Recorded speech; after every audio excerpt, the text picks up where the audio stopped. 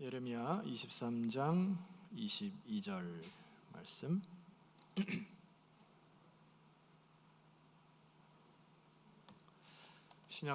구약성경 예레미야 23장 22절 찾으셨죠? 예. 함께 읽겠습니다. 시작. 너의 땅에 곡물을 벨 때에 밭 모퉁이까지 다 베지 말며 떨어진 것을 줍지 말고 그것을 가난한 자와 거류민을 위하여 남겨두라. 나는 너희의 하나님 여호와이니라. 다시 한번 읽을 텐데요. 제가 좀 귀가 예민한지 목소리가 좀 안 좋은지 모르겠지만은 제가 이게 음량이 잘 안 들리면 좀 잘 못해요. 그래서 음량을 좀 잡아주실 때 베이스를 좀 더 넣어주시면 좋겠고 소리가 좀 작은 것 같아요. 다시 한번 우리 합독. 그 22절을 찾았으면 자신 있게 읽으셔야지. 나는 틀린데 읽은 줄 알고 혼자 뻘쭘했잖아요. 잘 찾으셨어요? 예, 함께 크게 읽도록 하겠습니다. 시작. 너희 땅에 곡물을 벨 때에 밭 모퉁이까지 다 베지 말며 떨어진 것을 줍지 말고 그것을 가난한 자와 거류민을 위하여 남겨두라. 나는 너희의 하나님 여호와이니라. 아멘. 예, 아까보다 좀 난 것 같은데 소리만 조금 올려주시고 이쪽 건 하나만 좀 꺼주시면 좋겠습니다. 네.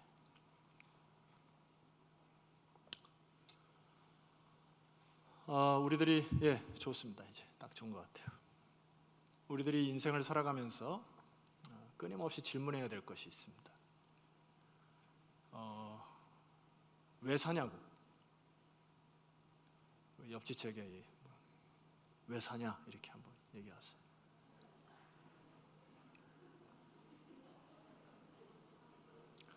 예, 여러분 이건 계속 우리가 질문을 해야 될 명제입니다. 공부는 왜 하냐? 청년들만 넣어요. 공부 왜 하냐? 이렇게 한번 그냥 해보세요. 이게 조금 호흡이 돼야 제가 설교가 좀 쉬워. 예, 우리 장년들은 돈은 왜 버냐? 질문을 해야 된다니까. 그러니까 우리가 도대체 인생을 왜 살아가냐? 예, 음향이 딱 좋네요. 제가 어렸을 적에는 청소년기 시절 지나면서 교사들과 전도사님과 목사님이 늘 얘기했던 것이 있었어요. 너네들 공부해서 남 줘야 된다. 돈 벌어서 남 줘라. 이런 그 성경에 기반으로 한 생각과 사상들이 지배했었던 시절을 저는 살았었습니다. 그리고 그렇게 사는 것이 당연한 줄 알았어요. 공부해서 남 주는 거고 돈 벌어서 남 주는 거. 근데 요즘 아이들은 이런 말을 들어보지 못하고 자랐다는 것이 문제예요. 요즘 아이들한테 한번 유년주일 학교 애들한테 물어보세요. 너 돈 왜 버냐? 앞으로 돈 벌고 싶어? 공부 왜 하고 싶어? 그럼 애들이 이렇게 대답할지 몰라요. 아니 선생님, 왜 돈을 벌어서 남을 줘야 됩니까? 왜 공부를 남을 위해서 해야 됩니까? 아마 우리 청년들도 지금 이런 그 질문의 대답이 정확치 않을 수가 있겠다는 생각이 들어요. 한 번은 제가 설교 강단에서 하나님의 사랑은 이타적인 것에 대하여 이야기를 했습니다. 그래서 계속해서 남을 위해서 살아야 하고 사랑해야 되고 이런 것을 얘기를 했는데 한 성도가 그 주중에 저한테 문자가 온 거예요. 목사님, 내가 먼저 행복하고 내가 먼저 가져서 충족히 살아야 돕지요. 왜 자꾸 남을 도우라고 하십니까? 제가 깜짝 놀랐어요. 요즘 아이들 말로 깜놀했어요. 그래서 장문의 문자를 다시 드렸던 기억이 납니다. 이 시대에 사탄이 우리가 알지 못하게 서서히 문화와 여러분의 삶을 침투하여 우리들의 본질적인 생각들 그리고 성경에 기초한 생각들을 바꾸어가는 과정에 많은 부분들이 퇴색되어 갔다는 느낌이 듭니다. 예를 들어 결혼 문제를 한번 좀 생각해 봤으면 좋겠어요. 요즘에 청년들이 왜 결혼을 잘 못할까? 아니, 우리 청년들한테 얘기하는 게 아니고 전반적으로 결혼하기가 굉장히 어렵죠. 뭔가 엄두가 안 나요. 그리고 어떻게 살아가야 될지 굉장히 좀 여러분 시절보다는 청년들이 굉장히 어려운 시절을 겪고 있다고 봅니다. 여기에 중요한 요인이 하나 있다고 봐요. 우리 어른들이 이렇게 얘기를 합니다. 우리 아들, 우리 딸의 배우자의 조건은 딱 하나다. 믿음만 똑 부러지면 돼 하고 포장을 그럴싸하게 합니다. 그리고 그 포장 안에는 조건을 다 집어넣어요. 자네 아파트는 준비됐는가? 너가 사귀는 사람의 키는 얼마고, 스펙은 얼마고, 연봉은 얼마인지 각양 조건들이 어느 순간 여러분의 마음속에 꽉 차 있는 것 같아요. 속 알맹이가 세상 사람들과 다를 바 없는 가치관 속에 살아가는 이 세태가 놀랍기만 한 거예요, 저는요. 그래서 청년들이 사실 결혼하기가 참 어려운 세대에 살고 있습니다. 제가 결혼할 때 이런 얘기가 있었어요. 신학생과 결혼하면 고생하고 배 굶는다는 소리를 제가 많이 들었어요. 여러분, 이 말이 여러분 들으셨나요? 신학생과 결혼하면 고생하고 배 굶는다. 이 말이 왜 나왔을까요? 어느 순간 모르게 결혼의 조건이 돈이 된 것이에요. 돈이 없고 배 굶을 수 있기 때문에 신학생과 결혼하는 건 좀 거시기하다. 동의하시면 안 돼요. 여러분, 제 아내한테 한번 나중에 물어보세요. 제가 배 굶겼는지. 금식은 했어도 제가 가장으로서 아내의 배를 굶긴 적은 없습니다. 신혼 초에 월 30만 원 보증금 거의 없이 월 30만 원 채워가면서 빡빡하게 살았어도 행복하게 잘 살았습니다. 제 아내한테 물어보세요. 도대체 우리 인생의 주인이 누군가요? 어느 순간 우리는 자본주의 논리 속에 물질의 주인이 되어버린, 돈이 없으면 결혼도 못하는 이런 D world, 더러운 세상 살아가는 것 같아요. 여러분, 이쯤에서 우리가 하나 말씀을 묵상해 보려고 합니다. 화면을 보시죠. 갈라디아서 5장 1절 큰 소리로 한번 선포해 봅시다. 오늘 제가요 한 5장 정도의 설교를 준비했는데 빨리 가지 않으려 합니다. 곳곳에 선포되어진 메시지를 청년들과 우리 성도님들은 집중하여 들으시고 적어 놓으셔서 적용하면 좋겠어요. 자, 갈라디아서 5장 1절 크게 한번 선포합니다. 시작. 그리스도께서 우리를 자유롭게 하려고 자유를 주셨으니 그러므로 굳건하게 서서 다시는 종의 멍에를 매지 말라. 진리가 우리를 자유케 한 것입니다. 그래서 우리가 갖고 있는 모든 멍에를 푸는 것이 진리입니다. 아멘입니까? 그런데 우리 현대인들의 우리의 삶은 자꾸 멍에를 매요. 주님이 풀어놨는데 자꾸 세상의 물질에 멍에를 매고 세상의 짐을 짊어지고 그렇게 자꾸 살아가려고 하는 이상한 현상들이 벌어지는 것을 볼 수 있습니다. 여러분, 지금 우리는 사실 거대한 세속 문화의 홍수 속에 살아가는 것이에요. 제가 어렸을 적에 초등학교 5학년 때 제가 강북구 그때 당시엔 도봉구였습니다. 도봉구 번동에서 살았던 기억이 나는데 그때 당시에 홍수가 나가지고 말입니다. 이 어린 마음에 깜짝 놀랐어요. 학교에서 집에 들어오는데 발목까지 찼던 물들이 이제 거의 막 허리까지 찼었습니다. 그래서 집안에 있는 가재도구들이 막 떠내려가고 막 동물들, 개들이 막 떠내려가는데 사람들이 이 홍수를 통해서 저마다 뭘 하냐면은 떠내려가는 가재도구 막 챙기고 올리고 동물 막 구하고 막 그랬거든요. 근데 결과적으로 홍수가 한번 난 말입니다. 나중에 가재도구 물에서 건져도 다 못 씁니다. 옷도 마찬가지고 동물도 시름시름하다 죽는 경우가 참 많아요. 제가 그 광경을 보면서 오늘 이 말씀을 주면서 그것이 떠오른 거예요. 우리들의 이 세속 문화가 거대한 홍수처럼 홍수 속에서 떠내려가고 있는데 많은 사람들이 세상의 헛된 것을 붙잡으려고 몸부림치려듯 제 눈에는 보이는 거예요. 다 쓸데없을 텐데 나중엔 다 그것이 유한하고 없어질 것들에 굉장히 욕심을 내어 그것을 잡는 것 같아요. 성경의 가르침은 무엇입니까? 하나님의 백성들의 백성이 아닌 세상 사람들의 특징이 이게 뭐예요? 여러분 우리가 지금 야고보서 1장 15절 야고보서를 묵상하고 있는데 여러분 야고보서 1장 15절 말씀을 한번 선포해 봅시다. 시작. 욕심이 잉태한즉 죄를 낳고 죄가 장성한즉 사망을 낳느니라. 끊임없이 세상 사람들은 욕심이 죄를 낳을 때까지 그렇게 욕심을 부리는 겁니다. 그리고 그 결과적으로 그 죄는 사망에 이르는데 다 죽음에 이르는 것도 모르고 계속해서 움켜잡으려는 인생을 살아가는 것이 세상 사람들이에요. 그러나 하나님의 백성들은 그렇게 살아서는 안 됩니다. 자, 에베소서 5장 15절 말씀 보니까 그런즉 너희가 어떻게 행할지를 자세히 주의하여 지혜 없는 자와 같이 하지 말고 오직 지혜 있는 자 같이 하여. 자, 지혜가 필요하다는 얘기죠. 자, 그 다음 말씀 16절 말씀 보세요. 다 같이 큰 소리로 선포해 봅시다. 시작. 세월을 아끼라 때가 악하니라. 자, 세월을 아끼는 것이 지혜라는 거예요. 청년들이요. 17절. 그러므로 어리석은 자가 되지 말고 오직 주의 뜻이 무엇인가 이해하라. 자, 18절을 우리 청년들만 한번 읽어보도록 하겠습니다. 시작.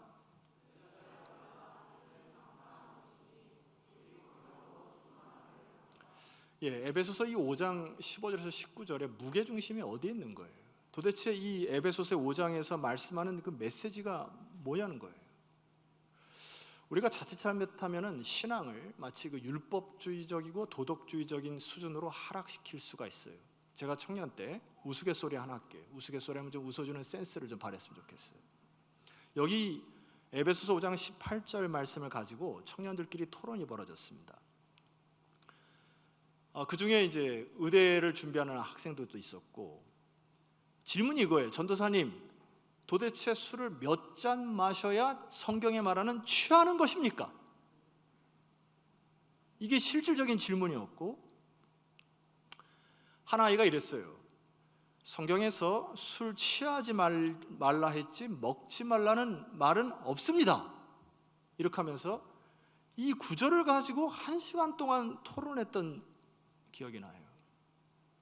지금 생각하면 참 쪼잔하고 찌질한 질문이에요. 사도 바울의 무게중심은 이 에베소서 5장의 무게중심은 성령의 충만함을 받으면 우리가 알코올 농도에 몇 잔을 마셔야 알코올로 취하는 그런 수준 낮은 신앙의 내용이 아니라 성령 충만함을 받으면 하나님의 통치함을 받으면 너희가 세상을 이기고 이 세상을 살아갈 때 다르게 살아갈 수 있다고 하는 메시지, 바로 무게중심이 뒤에 있는 것입니다. 아멘입니까? 그래서 우리는 세월을 아껴야 돼요. 세상의 새 속에 떠내려가는 것처럼 살아서는 안 되고 마치 홍수가 날 때 가재도구 부여잡고 떠내려가는 거 막 부여잡고 옷 부여잡고 하듯이 인생을 살아가는 것 아닙니다. 제가 오늘 청년들과의 만남을 통해서 오늘 여러분 이게 청년들이 이제 수련회의 아마 첫날이 될 거예요. 2주 전부터 기도하면서 준비를 했던 가운데 무슨 말씀으로 도전할까 하다가 레위기서의 말씀으로 좀 은혜를 나누고자 했습니다. 레위기서의 말씀을 제가 오늘 준비를 하면서 저희 질문이 하나 있었던 거예요. 처음에 이해가 안 가는 부분이 하나 있습니다. 무엇이냐면 하나님께서 이스라엘 백성들을 출애굽시켜서 광야로 집어넣으시죠. 거기까지는 이해가 가요. 광야를 통하여 연단의 과정을 하나님께서 이루어 가시는 것을 제가 이해는 가는데 그 다음이 이해가 잘 안 갑니다. 왜 하필 가나안 땅으로 보내셨을까라는 질문이에요. 여러분 그때 당시에 가나안 땅은 아모리 족속의 죄악이 관영하여 이런 표현이 있습니다. 그러니까 가나안 땅이 죄악이 꽉 차서 하나님께서 그 땅을 가서 진멸하라고 할 정도로 죄가 꽉 찬 도시입니다. 하나님이 좀 가능성 있는 도시, 혹은 목초지가 많은 곳, 좀 편안하게 살 땅으로 보내면 안 됐을까? 이게 저의 질문이에요. 여러분 질문할 수 있겠죠. 왜 굳이 가장 죄악이 관영한 그 가나안 땅으로 하나님이 보내셨을까? 하나님 그 땅에 이 백성을 보내신 이유가 있습니다. 그리고 죄악이 관영한 그곳에서 세속의 흐름을 이겨내고, 그리고 그곳에서 다르게 사는 하나님의 백성들을 통하여 하나님의 나라가 꽃피우고 하나님의 통치가 이루어지는 이 세상에 하나님의 주권이 회복되는 것을 하나님이 보여주고 싶었던, 하나님 무리하게 그 땅의 백성들을 이끄셔서 억지로 끼워 맞추신 것이 아니라 하나님이 그 사람들을 통하여 가능성이 있으므로 그 땅을 치유하시기 위하여 가나안 땅으로 하나님이 인도하심을 믿습니다. 자, 사랑하는 청년들이요, 성도 여러분, 세상은 점점 악해질 것이에요. 우리들이 사는 세상은 점점 힘들어질 것입니다.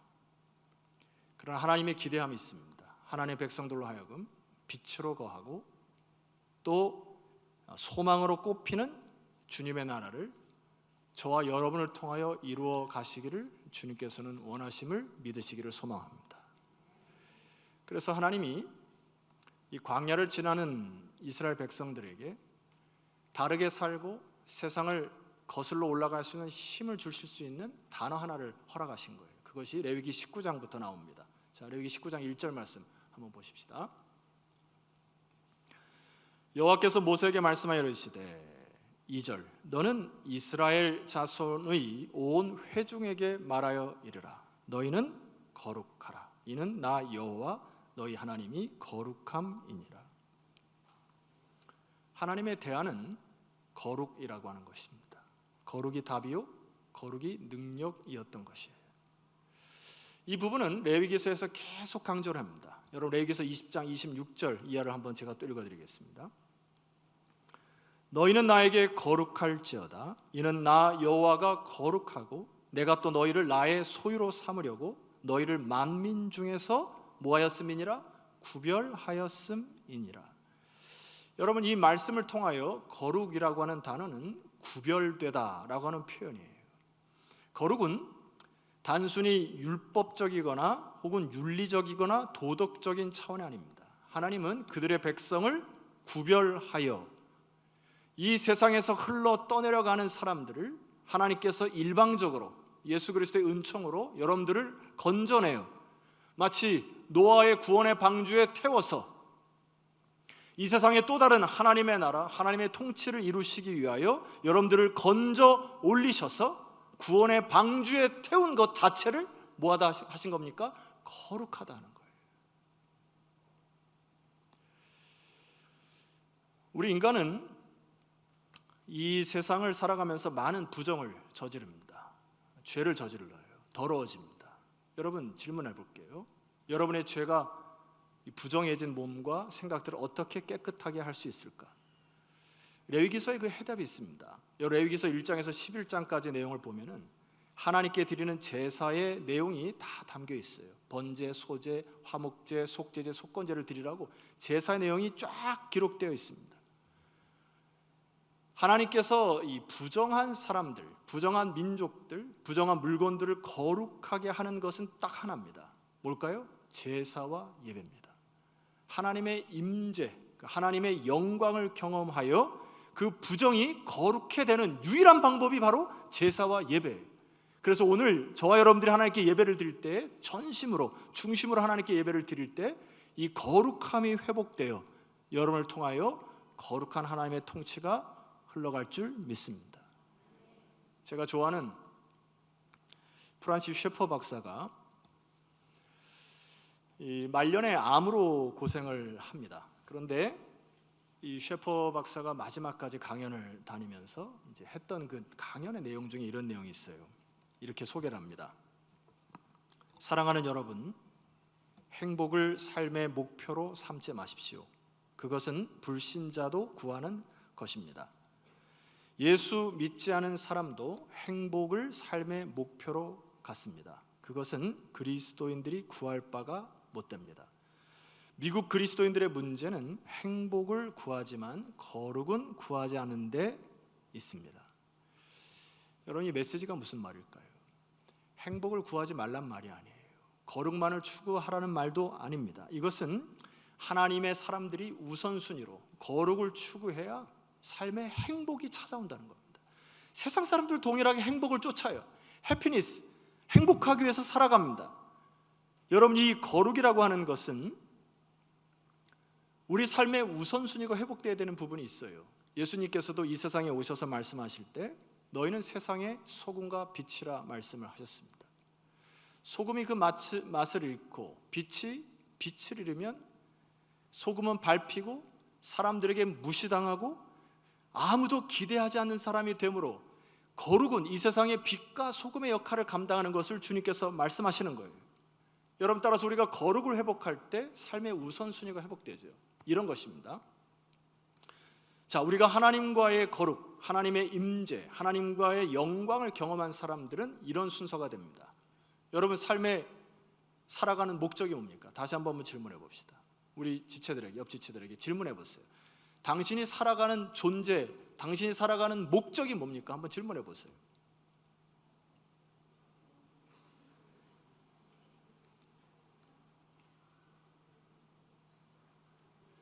살아가는 이유, 공부하는 이유, 돈을 벌라는 이유,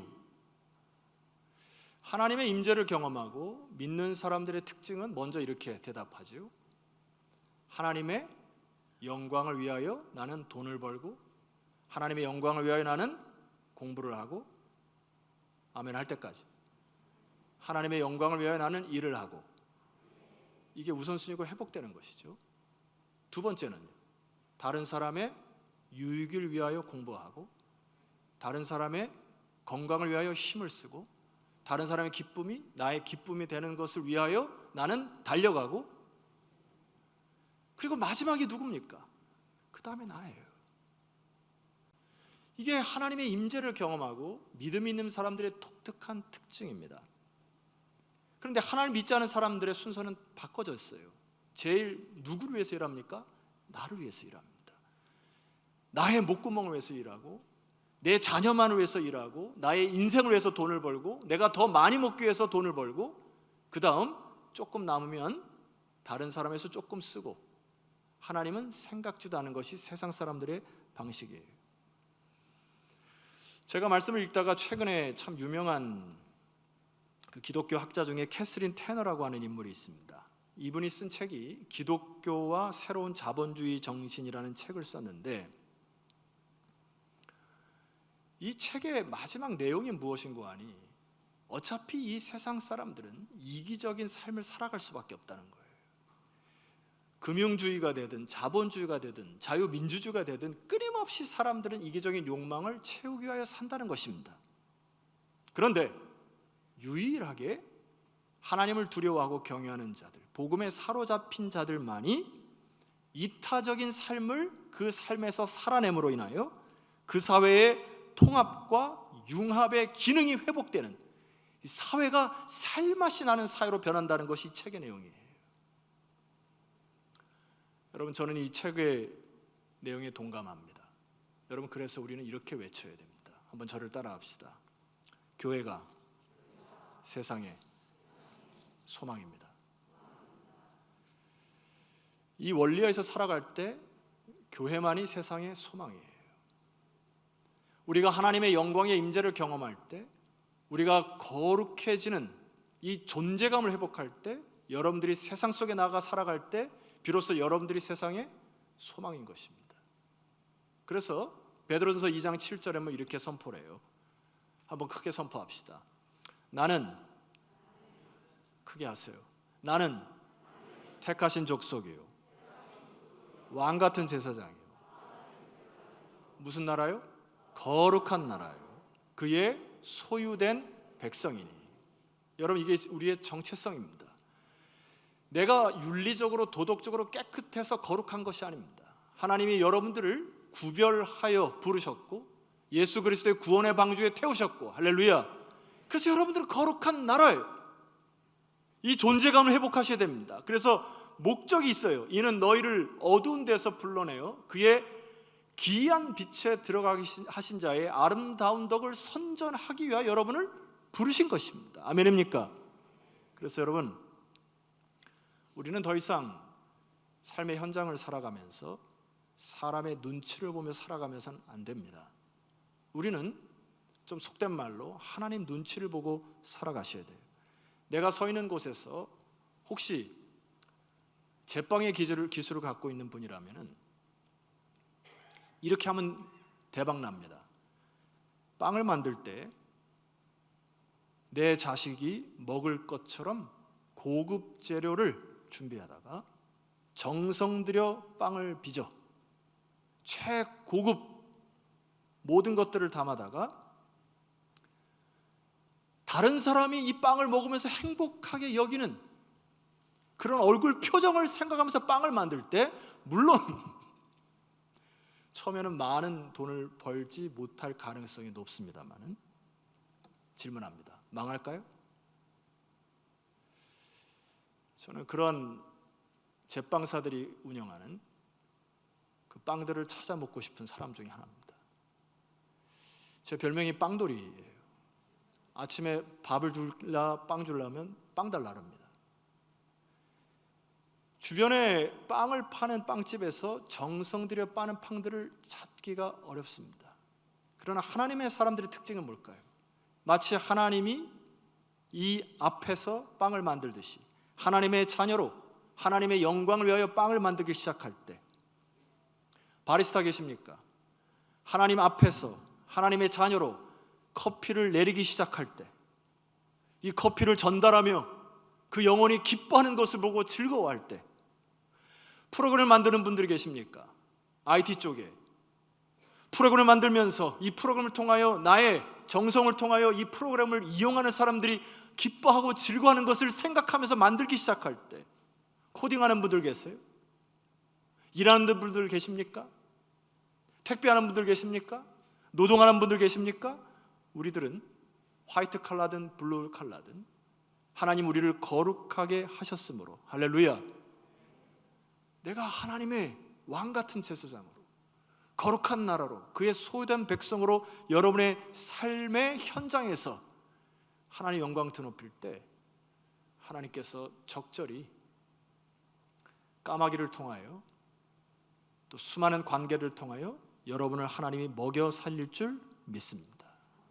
여러분, 하나님 마음속에 이런 마음이 들어야 돼요. 참 이 녀석 쓸만하네. 참 이 사람 나를 믿고 저렇게 삶을 살아가네. 하나님이 여러분 까마귀로 움직여서 먹이시듯이 말입니다. 그렇게 여러분 정성 들여 삶의 현장에서 하는 여러분들을 하나님이 굶기시겠습니까? 저는 그 하나님을 믿고 여러분 삶의 현장 속에서 이러한 하나님의 창조적 사역에 동참하는 반석교 성도들의 시기를 주의 이름으로 축원합니다. 이제 두 번째로 좀 구체적으로 살피고 제 설교를 마감할 거예요. 지금부터는 우리 청년들이나 우리 성도님들이 구체적으로 어떻게 적용할지 좀 씨름하면서 따라왔으면 좋겠습니다. 여러분, 거룩이라고 하는 것은 관념적이거나 추상적인 내용이 아닙니다. 하나님이 레위기서를 통하여 제사법을 주셨고요, 레위기서 1장 11장까지는 제사법을 주셨고요, 12장 이후로부터는 어떻게 살아낼지를 하나님이 계속 얘기하세요.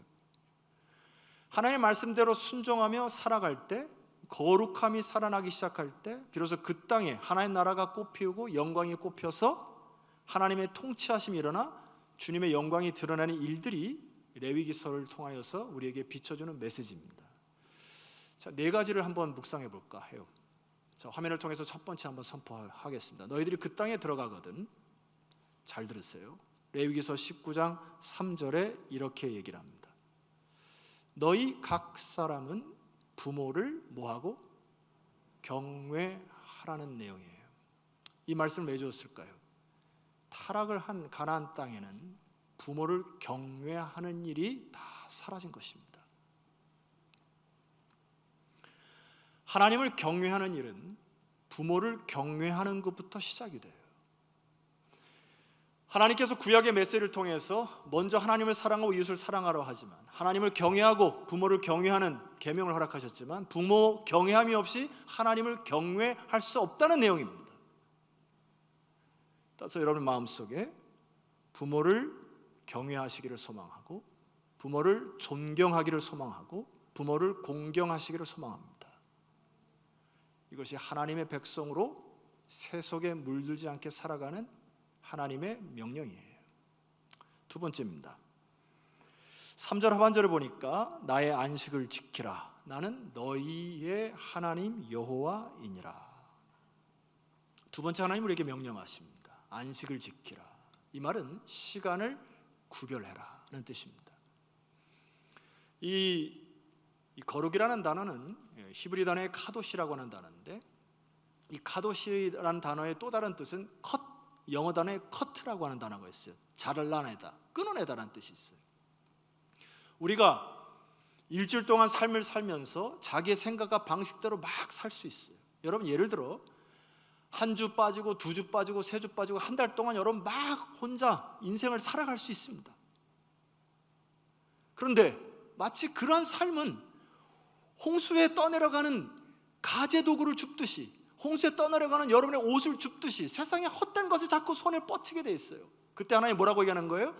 그러한 시간에 커트를 하고 시간을 구별하여 방황하고 초점이 없어진 인생을 커트하여 하나님 앞에 먼저 시간을 구별하여 드릴 때 하나님이 그 시간을 거룩하게 하는 너희들에게 하나님이 배로 축복해 주신다는 약속이 구약의 메시지입니다. 아멘입니까?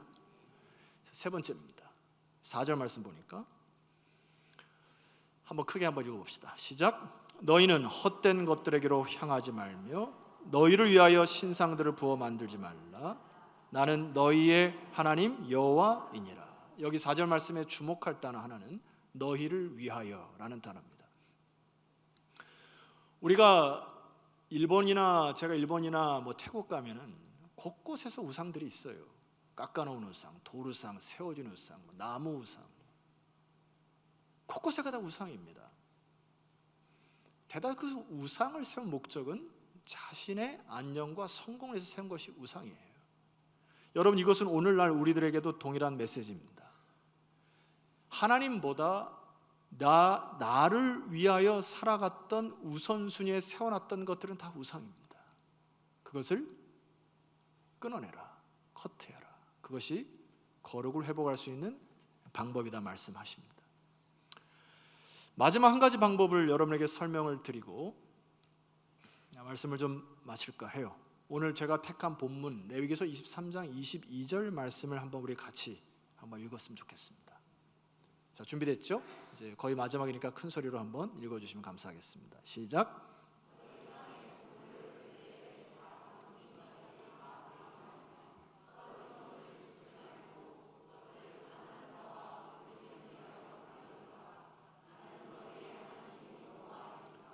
세상 사람들이 이렇게 살지 않습니다.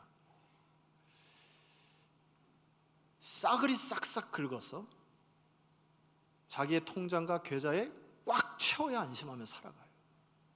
맞죠? 곡물뿐만이 아니라 돈이나 자기가 갖고 있는 모든 것들을 다 자기를 위하여서 차근차근히 계획적으로 쌓아서 창고에 가득 넣고 살아갑니다. 근데 하나님이 가나안 땅에 들어가는 하나님 백성들에게 명령하세요. 뭐라고 합니까? 너희는 추수할 때 곡물을 벨 때에 밭 모퉁이까지 다 베지 말아라. 왜입니까? 그 땅에 가난하고 어렵고 소외된 자들을 위하여 남겨두어 너희들의 사랑과 섬김을 통하여 하나님이 살아계심을 맛볼 수 있도록 남겨두라 하고 떨어진 것을 줍지도 말고 그것을 가난한 자와 거류민을 위하여 남겨두라 명령하십니다. 여러분 이 명령에 순종할 수 있겠습니까? 왜 순종할 수 있습니까? 화면에 다시 그 말씀 띄워주세요. 22절 마지막 말씀에 이런 말씀이 있습니다. 나는 너희의 하나님 여호와이니라. 저는 이것이 이렇게 느껴져요. 내가 다 보고 있다. 네가 하나님을 경외하여 하나님의 말씀에 순종하는지 내가 다 보고 있다. 네가 하나님 말씀의 명령에 순종하여 하나님의 영광을 돌리고자 곡물을 벨 때에, 추수할 때, 봉급을 탈 때에, 많은 이익을 취할 때에 하나님의 백성과 같이, 하나님의 백성답게 죽지 않고 흘려보내는 이런 사랑의 섬김과 실천을 하고 있지 않은지를 하나님이 다 보고 있다. 사랑하는 청년들에게 좀 도전드리고 싶어요. 이제 여름 방학이 올 것이고, 이제 2학기가 또 시작될 것이고, 이제 올 연말이 마감될 때 여러분이 갖고 있는 탤런트, 재능, 기술, 지식 혹은 여러분들이 갖고 있는 모든 것들을 여기에 투자하시기를 소망합니다. 우리 성도님들도 마찬가지예요. 하나님이 살아계심을 믿습니까? 그 하나님 살아계심을 믿으신다면 이러한 삶을 통하여 하나님이 어떻게 채워주시는지를 경험하는 것이 믿음의 도전이요 투자라는 생각이 듭니다. 제가 다문화를 생각하고 이주 배경 자녀들을 생각하면서 우리가 벌써 이제 7년 정도 아이들을 섬기면서 그때 당시에 그 양기대 시장님하고 이렇게 쭉 얘기를 하다가, 전 시장님이시죠. 그 시장님하고 대화하면서 이 동일하게 느껴지는 메시지가 하나가 있어요. 그게 뭐냐면은 저한테 그런 얘기를 하더라고요. 김 목사님, 1년에 이주 배경을 가진 사람들로 인해서 시가 10억을 투자합니다. 그래요. 광명시의 재정에서 10억을 투자하는데 저한테 그렇게 개인적으로 만났는데 얼마나 효과를 거두는지 모르겠습니다. 그래요. 이 세상은, 제가 이제 말씀을 좀 마감하면서, 이 세상은 정치가들이 다스리는 거 아닙니다. 이 세상은 경제가들이 다스리는 거 아니에요. 하나님을 경외하고 두려워하는 자들이 사회 곳곳에 흩어져 자본주의에 물든 이 세계 속에 돈이 주인이 아니라고 선포하고 하나님이 주인임을 인정한 사람들이 사람을 배려하고 섬기고 존중함을 통하여 하나님 나라를 꽃피울 때 비로소 이 사회가 살맛 나는 세상이 될 것입니다. 도전하세요. 우리 하나님 살아계십니다. 결과적으로 하나님의 사람들이 다시금 말씀의 본질로 돌아가 말씀 앞에 무릎 꿇어 말씀이 말하는 대로 다르게 생각하고 다르게 살아가고 역발상적으로 살아가기 시작할 때 비로소 하나님이 여러분을 통하여 역사하실 것입니다. 저는 개인적으로 앞으로 우리 반석교회가 이제 50주년을 100주년을 앞두고 달려가는 시점에서 이 하나님 말씀을 두려워하여 말씀에 순종하는 자들을 통하여서 이런 아름다운 역사들을 경험하는 저와 여러분이 되었으면 좋겠습니다. 유진 피터슨 목사님이 거룩을 이렇게 정의를 하더라고요. 혹시 화면에 준비되어 있습니까? 그 전에 거. 이 거룩을 이렇게 얘기합니다. 한번 저를 따라해 볼까요? 진정한 자아를 찾는 것, 이것이 바로 거룩입니다. 세상에서는 자기의 욕망으로 가득 찬 자아를 찾으라 해요. 그러나 우리 기독교 하나님의 백성들은 하나님의 원래 창조된 모습, 하나님이 여러분에게 원래 기대한 모습대로 본질을 찾아가고 자기의 자아를 찾는 것이 거룩이에요. 우리 청년들이 이번 수련회와 올 한 해 하나님이 여러분에게 기대하시는 아름다운 자아를 찾아 하나님께 영광 돌리는 시간이 되었으면 좋겠고, 우리 사랑하는 성도님도 남은 인생 동안 하나님이 원하시는 기대하시는 본질을 찾아서 여러분의 아름다운 인생이 되었으면 좋겠습니다. 맥스 루케이도 목사님 쓰신 시 한 편을 읽고 우리 찬송을 좀 드렸으면 좋겠습니다. 이 짧은 시인데 굉장히 의미가 있는 시죠. 제가 한번 읽어보겠습니다. 당신은 최고의 장인이신 하나님이, 그 다음 단어도 기억해 보십시오. 의도적으로 계획하시고 특별히 은사를 주셨고 사랑으로 이 땅에 두신 존재입니다. 멋지죠? 다시 한번요. 당신은 최고의 장인이신 하나님이 의도적으로 계획하셨고, 아멘 하셔야지. 특별히 은사도 주셨고 사랑으로 이 땅에 두신 존재라는 것, 이 거룩성을 회복하셔야 됩니다. 나의 존재가. 여러분 그런 존재세요. 우리 옆 지체에게 한 번 더 고백하고 우리 찬송을 드립시다. 당신은 그런 존재입니다.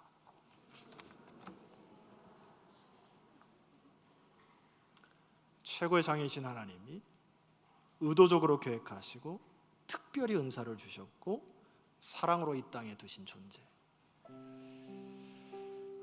이런 그 벅찬 그 하나님의 거룩을 입은 저와 여러분들이 이 찬양을 좀 드리면서 먼저는 하나님의 아름다우심을 좀 찬양했으면 좋겠습니다.